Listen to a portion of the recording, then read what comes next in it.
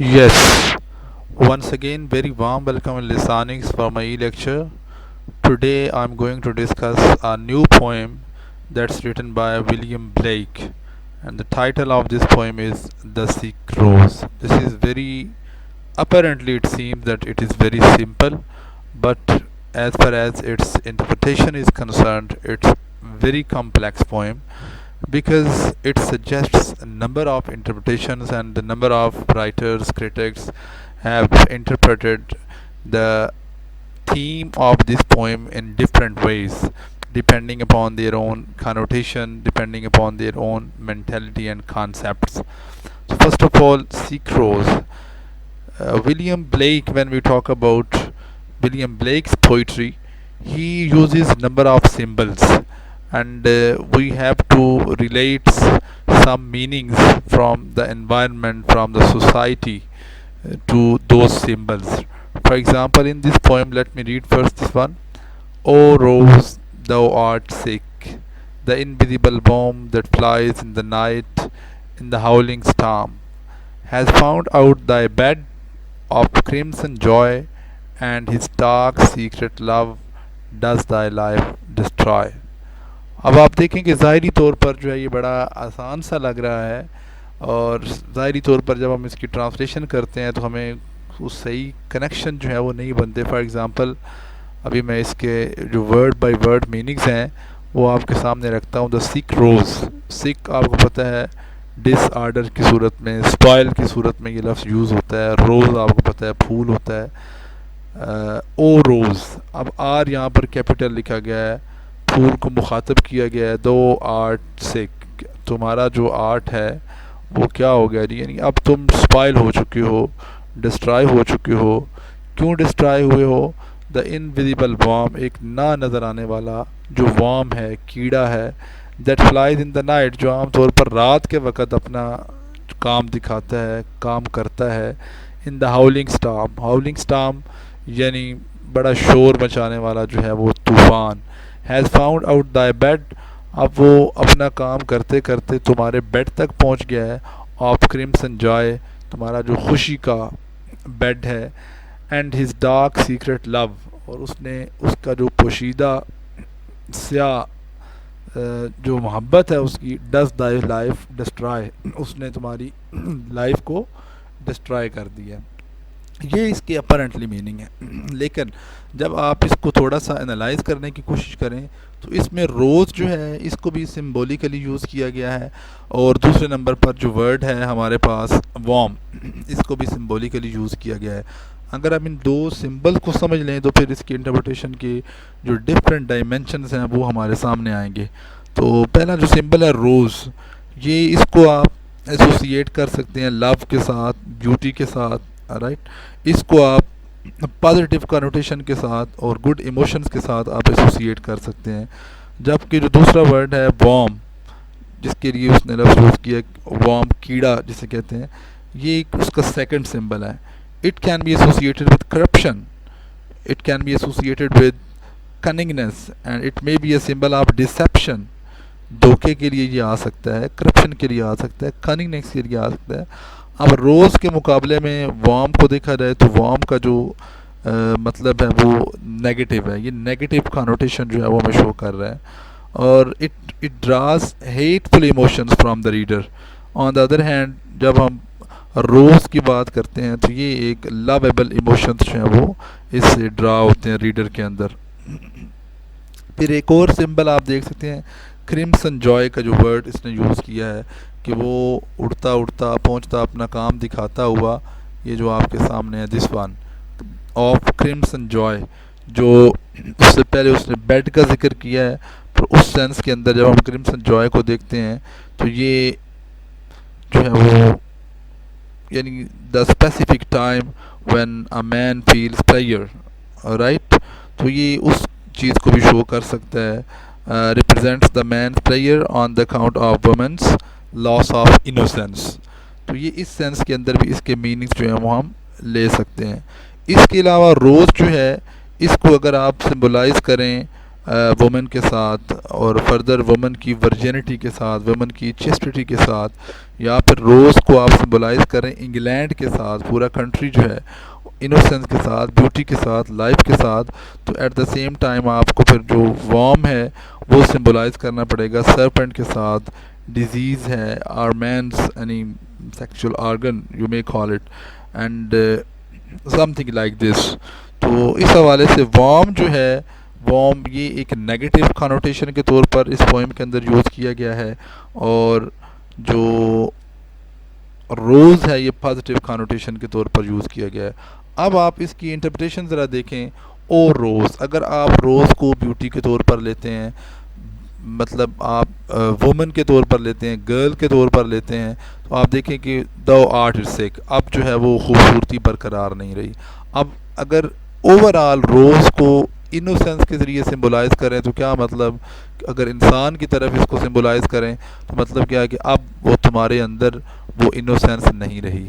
کیوں نہیں رہی؟ دا انویزیبل وارم، یعنی انسان جب بے ضمیر ہو جاتا ہے، جب کرپٹ ایلیمنٹ اس کے اندر آ جاتے ہیں، تو پھر یہ ایک انویزیبل چیز ہے جو اندر ہی اندر سے انسان کی معصومیت کو وہ کیا کرتی ہے جی، وہ کھاتی جاتی ہے. That flies in the night.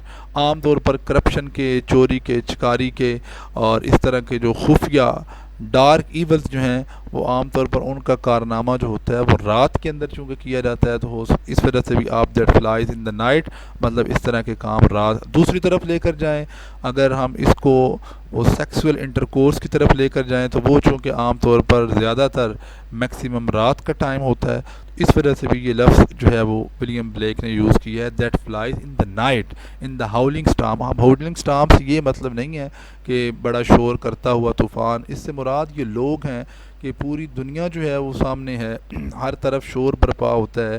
لیکن جو اب آپ اس کو جو ہے وہ ایک اور انداز سے بھی انٹرپریٹ کر سکتے ہیں کہ یہ جو ایک مطلب لو ٹرائی اینگل ہوتا ہے دو کے درمیان، جب کوئی تیسرا شخص آتا ہے، یا پھر یہ آپ ایک ڈپکشن کر سکتے ہیں، دس از اے ڈپکشن آف لو افیئر.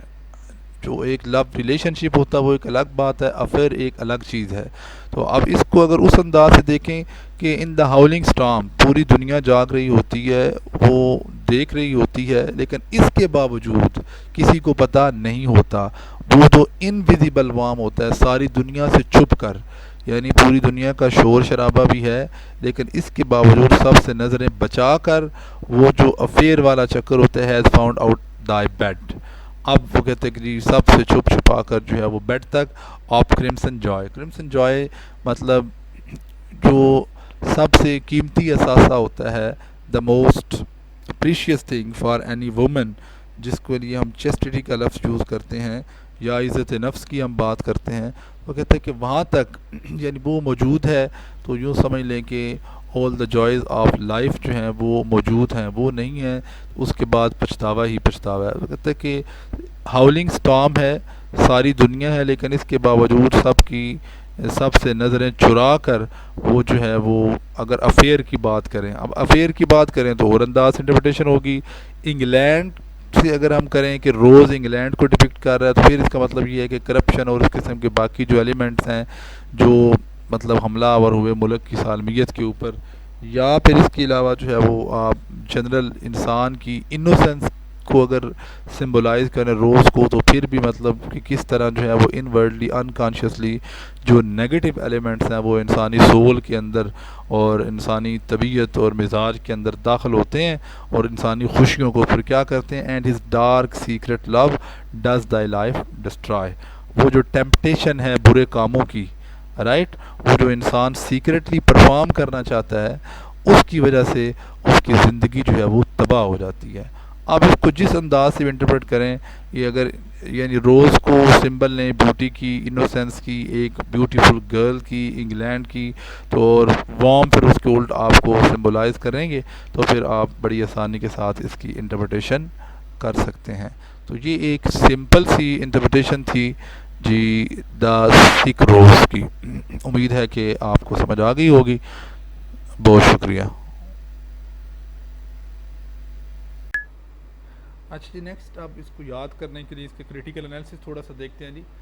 اب فرسٹ لائن آپ دیکھیں The poet is in conversation with a rose which is the symbol of beauty.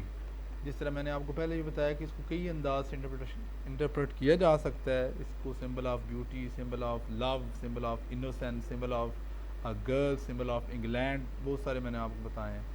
تو he tells the rose that it is sick. وہ بتاتا ہے کہ اب تمہاری وہ حالت نہیں ہے، اسپائل ہو چکے ہو، بیکاز این انویزیبل، یہ سمپل سی ایک ٹرانسلیشن پہلے ہو رہی ہے. انویزیبل وارم جو ہے، یہ وارم جو ہے سمبل آف ڈیکے ہے، ڈسٹرکشن ہے، وچ فلائز ان دا نائٹ.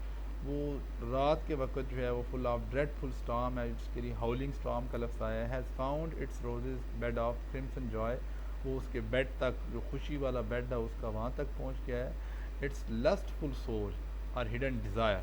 آپ یہ اگر جو ہے وہ، جس طرح میں نے کہا تھا کہ اس کو اگر سمبلائز کریں، چونکہ پہلے بیڈ کا ذکر ہوا ہے، تو پھر یہ وہ پرٹیکولر ٹائم ہے جب جو ہے وہ میل اور فیمیل جو ہے وہ ایک خاص قسم کی لسٹ فل جو ہے وہ ان کے اوپر جو ہے وہ کیفیت طاری ہوتی ہے اور وہ خوشی محسوس کرتے ہیں. Hence being experienced and using its dark secret love it has no destroyed. اب یہ ساری وجوہات کی وجہ سے، اب اس کا مطلب یہ جس طرح پہلے ہم نے ذکر کیا ہے کہ یہ چونکہ افیئر کی بات ہے، تو اس کے بعد جو سینس آف جو اشیمڈ ہونے کی جو سینس ہے، پریشانی کی جو سینس ہے، وہ ضمیر جو ملامت کرنے والی سینس ہے، اس وجہ سے وہ شاید جو اب یہ بات ہو رہی ہے کہ لائف جو ہے وہ ڈسٹرائے ہو چکی ہے. سادہ لفظوں میں کہتا ہے the poet says that the experience warm which is hidden has come to know the desire hidden behind the innocent beauty of the rose, and using its pretentious and wicked love it has destroyed the beauty or innocence. اب یہ بھی ہے کہ for example اس زمانے کے اندر جو کوئی معصوم لوگ ہوتے ہیں، لیکن کچھ لوگ جو بڑے چلاک ہوتے ہیں، بڑے ڈسٹرکٹیو ہوتے ہیں، تو وہ ڈسٹرکٹیو لوگ جو ہوتے ہیں وہ معصوم لوگوں کی معصومیت سے فائدہ اٹھا کر ان کی لائف کو کیا کر دیتے ہیں جی، ڈسٹرائے کر دیتے ہیں. It has destroy the beauty اور انوسینس اور دا ریڈ کلر اور ایون اٹس لائف. اچھا ایک اور آپ دیکھیں، چونکہ ولیم بلیک رومانٹک پوئٹ ہے، hence he is against the industrialisation. And جس طرح پہلے بات کی ہے کہ اگر ہم اس کو وہ انگلینڈ کے طور پر لیں، اور تو پھر ہم دیکھیں گے کہ یہ جو انڈسٹریلائزیشن کا جو وارم اس کے طور پر لیں کہ اس نے کس طرح انسانی زندگیوں کو جو ہے وہ تباہ کیا، ایموشنز کو ختم کیا، انوسینس کو ختم کیا. Romanticism symbolizes the innocence while industrialization is all about the experience, because the former was about the idealism and the later about the realism. اس سینس کے اندر بھی اس کی انٹرپریٹیشن ہو سکتی ہے. ایک اور ہے سائنس اور ٹیکنالوجی کے حوالے سے، the belief in God was attacked by the rational mind. Mind کے اندر جو خیالات ہیں وہ تو نظر نہیں نہ آتے، لیکن یہ نہ نظر آنے والی چیزیں، انویزیبل وارمس، خدا کے وجود کے اوپر جو ہے وہ انہوں نے طرح طرح کی جو ہے وہ سوالات اٹھانا شروع کیے ریشنل مائنڈس نے. Rather than following their religion they started accomplishing their worldly desire. مذہب کو ماننے کے بجائے انہوں نے جو دنیاوی خواہشات ہیں ان کو پورا کرنے کے اوپر جو ہے وہ ترجیح دی. تو in this perspective the poet is referring to the virginity of young girl. تو اس حوالے سے بھی ہم نے اس کو انٹرپریٹ پہلے بھی کیا ہے کہ جو پھول ہے، روز ہے، یہ کسی فیمیل کی ورجینٹی کو، اس کی جو چیسٹیٹی ہے، اس کی جو رسپیکٹ ہے، سیلف رسپیکٹ، عزت نفس ہے، اس کو بھی جو ہے وہ یہ ڈپکٹ کرتی ہے. وچ از لائک دا انوسینٹ روز، اس کی اس کے ساتھ مشابہت دی گئی ہے. But when sex becomes common the virginity became. اس وقت یہ جس دور میں لکھی گئی ہے اس وقت عام طور پر یہ جس طرح چوری کے ساتھ جو ہے وہ سارے لوگوں سے چھپ کر اس طرح کے کام جو ہے وہ افیئرس جو ہے وہ یہ عام ہو گئے تھے، تو اس طرف بھی یہ اشارہ ہے. اور یہ ایک یوں سمجھے کہ ٹریجڈی کے طور پر جو ہے یہ مرثیہ بھی، مطلب آپ کہہ سکتے ہیں اسے became something outdated thing. جو انوسینٹ ہے یا ورجینٹی ہے اس کو برقرار رکھنا، that was a bit difficult at that time due to the prevailing environment. اس وجہ سے the poet says that the rationality and the freedom of doing whatever one desires. کہ جو کوئی چاہتا ہے وہ، مطلب جس طرح آج کل یہ نعرے لگتے ہیں کہ اپنا جسم میرا جسم میری مرضی، تو پھر کیا ہوگا، are like a worm which flies in the night. پھر جو ہے وہ مطلب یہ ساری چیزیں جو ہے وہ کامن ہو جائیں گی. تو یہ ایک مختصر سی انٹرپریٹیشن تھی. تو اس کے علاوہ پوئم کو پڑھتے وقت میں نے اور بھی بہت ساری ڈائمینشن جو ہیں اس کی آپ کے سامنے رکھی ہیں. امید ہے کہ آپ کو اس پوئم کا کچھ نہ کچھ چیز سمجھ آ گیا ہوگا. تو بہت شکریہ فار یور پریشیس ٹائم.